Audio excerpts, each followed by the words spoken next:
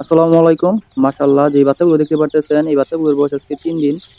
৩ দিনের বাচ্চাগুলোরে কখন খাবার পানি দেই বা কিভাবে কি, কি মেডিসিন দিয়ে ব্রুডিং করতেছি, কি, কি মেডিসিন দিয়ে ব্রুডিং করলে বাচ্চাগুলো মাশাআল্লাহ সুন্দর হবে, তা আজকের এই ভিডিওতে বলবো। আর এখন অতিরিক্ত গরম, এই গরমের মধ্যে বাচ্চাগুলোর লাইটিং ব্যবস্থা কেমনে কি করতেছি তাও আজকের এই ভিডিওতে বলার চেষ্টা করব। তো ভিডিওটি দেখেন, তাহলে দেশি মুরগির খামার সম্পর্কে একটা ধারণা পাবেন। এই যে দেখেন মাশাআল্লাহ বাচ্চাগুলো, এই বাচ্চাগুলো কিন্তু ৩ দিনে মাশাআল্লাহ খুবই ঝরঝরা হয়ে গেছে। দেখেন চঞ্চল। এখানে ৭৫টা বাচ্চা মেশিন থেকে ফুইটা বের হইছে। ৭৫টা বাচ্চাই আছে। আল্লাহর রহমতে কোনো বাচ্চা নষ্ট হয় নাই বা মারা যায় নাই এখন পর্যন্ত।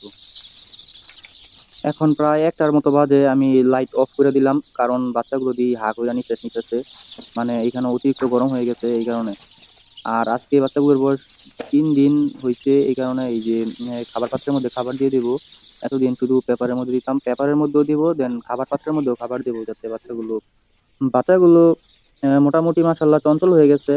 এই কারণে খাবার পাত্রের মধ্যে খাবার দিলে এরা খাইতে পারবে।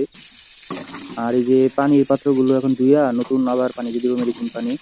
ব্রুডিং অবস্থায় একটু যত্ন করলেই হয়।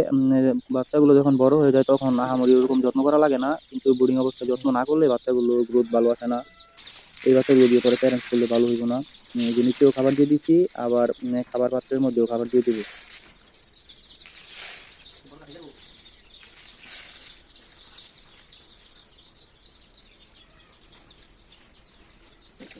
আর এই যে খাবারগুলো একটু গুঁড়া করে দিতে হইব, তা না হইলে এরা খাইতে পারবো না। কারণ বাচ্চাগুলো ছোট, এই কারণে যে ফুটা দিয়ে একটু হালকা করে গুঁড়া করে দিতেছি। আর এখন আমি আপনাদেরকে বলবো যে কি কি মেডিসিন দিয়ে এই বাচ্চাগুলোর আমি ব্রুডিং করতেছি। আপনারা স্ক্রিনে দুইটা ছবি দেখতে পারতেছেন, নিউমাইসিন আর অ্যামোক্সাসিলিন। এই দুইটা ওষুধ দেই ২৪ ঘন্টা। নিউমাইসিনের সাথে সকালে দেই হলো পানির পিএস, দুপুরে দেই হলো টক্সিন,